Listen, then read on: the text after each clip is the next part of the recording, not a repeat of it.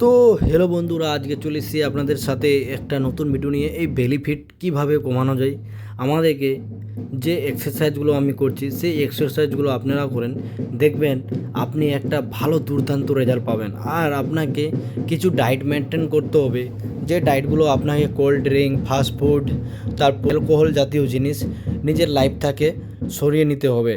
যে আমরা নিউট্রিশন খাওয়ার মাধ্যমে যে রেজাল্টটা পেয়েছি, আমি অনেক ওয়েট লস করার জন্য অনেক জার্নি করেছি, কিন্তু ওয়েট লস করতে পারিনি। এই হার্বালাইফ নিউট্রিশনটা খেয়ে আমি 8 মাসে মোটামুটি 14 কেজি ওজন কমিয়েছি, একদম আইডিয়াল ওয়েট মেনটেন করছি। 2 মাস থেকে আইডিয়াল ওয়েট মেনটেন করছি। আমার বিএমআই হচ্ছে গিয়ে 22, খুবই বিএমআই ভালো।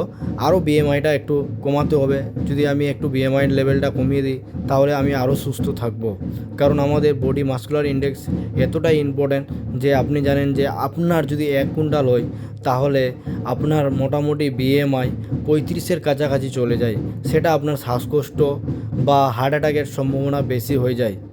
কারণ নিজেকে সুস্থ রাখুন আর ভালো রাখুন, আর কিছু খারাপ জিনিসকে আপনি অ্যাভয়েড করুন, দেখেন আপনি অবশ্যই ঠিক থাকবেন। আমরা অনেকজন কি বলি যে সুগার প্রেশারের ওষুধ কেন খাচ্ছি, এটার মানে হচ্ছে আমরা ঠিক রকম লাইফস্টাইলটা ঠিকঠাক করছি না। আমরা ভুলভাল খাচ্ছি বলেই আজকে আমাদেরকে প্রত্যেক দিন হাই প্রেশারের ওষুধ খাচ্ছি। এটা আপনাকে লাইফ থেকে সরাতে গেলে বাড়ির খাওয়া দাওয়া মেনটেন। তো বন্ধুরা, যদি ভিডিওটা ভালো লাগে